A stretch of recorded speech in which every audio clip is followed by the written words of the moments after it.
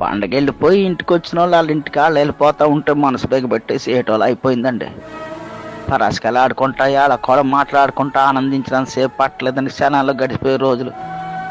భీమవరం పందింకోళ్ళు పంది అయ్యాక పచ్చడెట్టేసినట్టు బంధువులు వెళ్ళిపోతూ ఉంటే దుఃఖంతో మనసు పచ్చడి చేసినట్టు అయిపోయింది. మళ్ళీ వీళ్ళంతా ఎంతకాలానికి వస్తారు.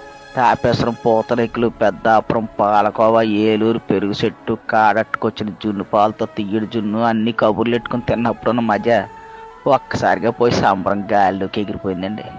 కళ్ళకి మసకేసి చీకటి కమ్మినట్టు అయిపోయిందండి. ఇప్పుడిప్పుడే దిగుతున్న మామిడి పిందులతో మెంతి బదులు ఎడితే పిల్లలకి తీసుకుంటా కంచాల మీద కలపడ్డారు. ఇవన్నీ రుచి కుదరడం వల్ల అనుకున్నాం, కానీ చుట్టాలతో వచ్చిన పిల్లలతో జత కట్టిన సరదా వాళ్ళని నిజం తెలియలేదండి. అదే పచ్చడి పుట్టెడితే బొడ్డోళ్ళు ఎవరు కంచం వైపు రావట్లేదు.